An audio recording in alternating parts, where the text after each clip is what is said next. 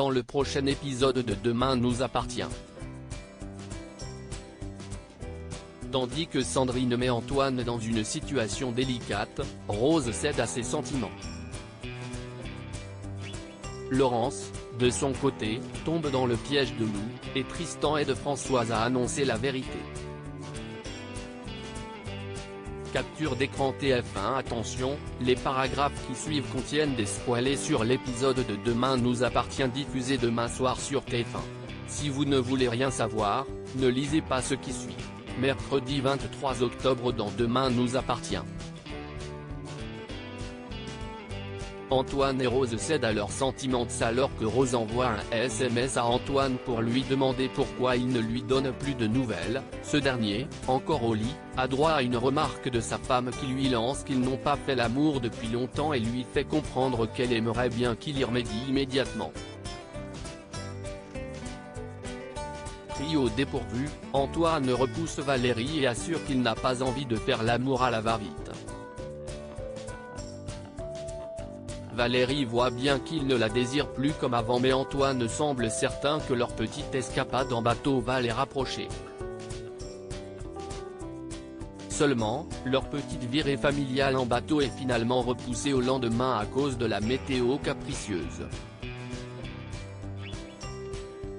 Valérie décide donc d'amener Souleymane faire du shopping et propose à son mari de se joindre à eux. Mais Antoine prétexte qu'il a trop de travail et qu'il a encore des courses à faire en prévision de leur week-end en mer. Plus tard, Sandrine croise Antoine en ville, alors qu'il vient d'acheter des macarons, et le proviseur adjoint du lycée se sent obligé de se justifier et de dire qu'il s'agit des gourmandises préférées de son épouse.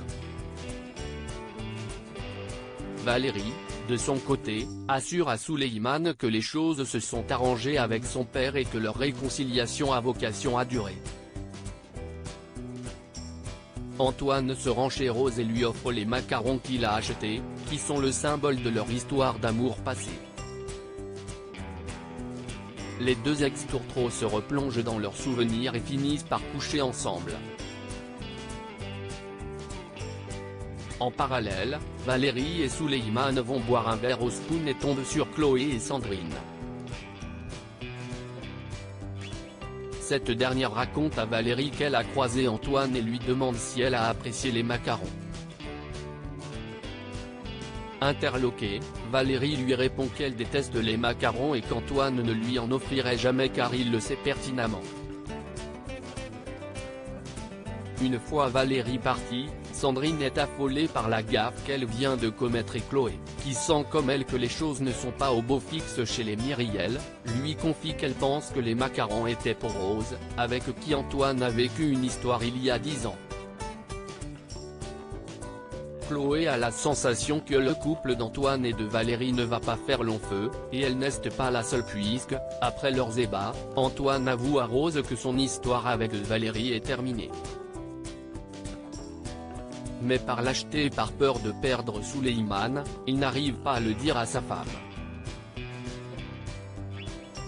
De retour chez lui, Antoine se prend de plein fouet la colère de Valérie qui lui fait une crise de jalousie et lui demande pour qui étaient les macarons qu'il a achetés.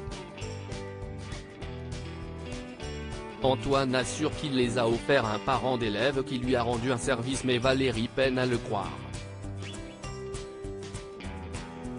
Tristan aide Françoise à annoncer la vérité après l'incarcération de Justine. Tristan propose à Françoise de rester vivre à 7 avec Colline et de s'installer de manière permanente au Spoon. Un moyen pour lui de continuer à faire partie de la vie de Colline et pour Françoise d'être proche de la prison. Très émue, Françoise accepte sans hésiter le soutien du compagnon de sa fille. Plus tard, Tristan et Françoise annoncent à Colline que Justine a été arrêtée pour avoir involontairement fait du mal à quelqu'un. Mais il tente de rassurer la petite en lui expliquant qu'elle pourra continuer à voir sa mère régulièrement au parloir. Laurence tombe dans le piège de Lou. Toujours très énervé par les rebondissements de la veille, Victor pousse Lou à tout tenter pour faire avouer Laurence qu'elle avait prémédité son geste. Lou lui demande de se calmer et de la laisser faire son travail. Puis lui promet qu'elle veut elle aussi honorer la mémoire de Lola et qu'elle va gagner le procès. Entendu par le président de la cour d'assises, Laurence explique pour sa part que la mort de Lola était un accident et qu'elle a paniqué et maquillé la scène de crime pour faire croire à un cambriolage. Tout ça parce qu'elle voulait protéger sa famille et sa carrière. Laurence reconnaît avoir dissimulé les faits et continué à instruire le dossier de la mort de Lola en tant que juge, puis plaide coupable pour obstruction à la justice. Mais Lou se permet de faire remarquer que ça ne peut pas être aussi facile et auditionne à son tour Laurence. L'avocate tente de faire dire à Laurence qu'elle n'a rien fait pour sauver Lola alors qu'elle était inconsciente, mais Laurence jure que ce n'est pas le cas et que Lola était morte. En effet, elle s'est approchée du corps et n'a pas senti son pouls. Laurence ne se sentant pas bien, l'audience est suspendue momentanément. Mais lorsque le procès reprend, Lou revient à la charge et cherche à pousser Laurence à admettre qu'elle avait tout prémédité et qu'elle savait qu'elle allait pouvoir mettre le meurtre de Lola sur le dos d'un innocent. Décidée à ne rien lâcher, Laurence continue de clamer qu'il s'agissait d'un accident. Mais rapidement, l'ex-juge commence à avoir du mal à parler et se sent mal.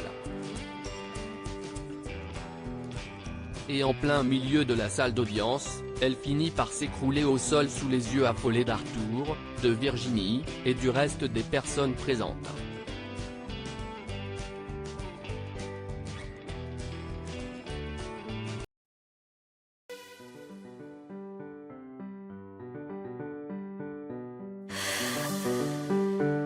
The man I love just had a heart attack, but who needs a heartache? I am a man, she is a